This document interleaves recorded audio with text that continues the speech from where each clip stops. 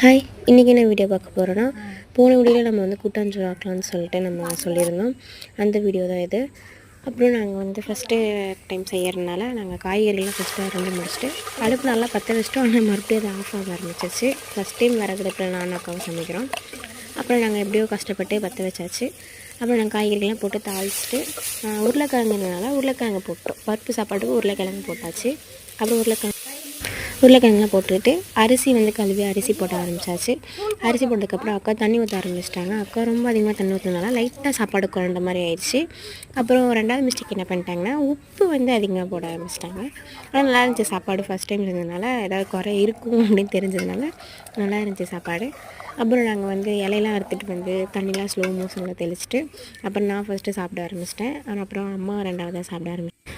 அப்புறம் தாத்தா பாட்டிக்கு கொஞ்சம் கொடுத்துட்டு நாங்கள் வந்து சாப்பிட்டுட்டு நைட்டுக்கு நாங்கள் எந்த சாப்பாடு சாப்பிடல, இந்த சாப்பாடு தான் சாப்பிட்டோம். நைட்டுக்கு இதோட முடிச்சாச்சு. பாய், டாட்டா.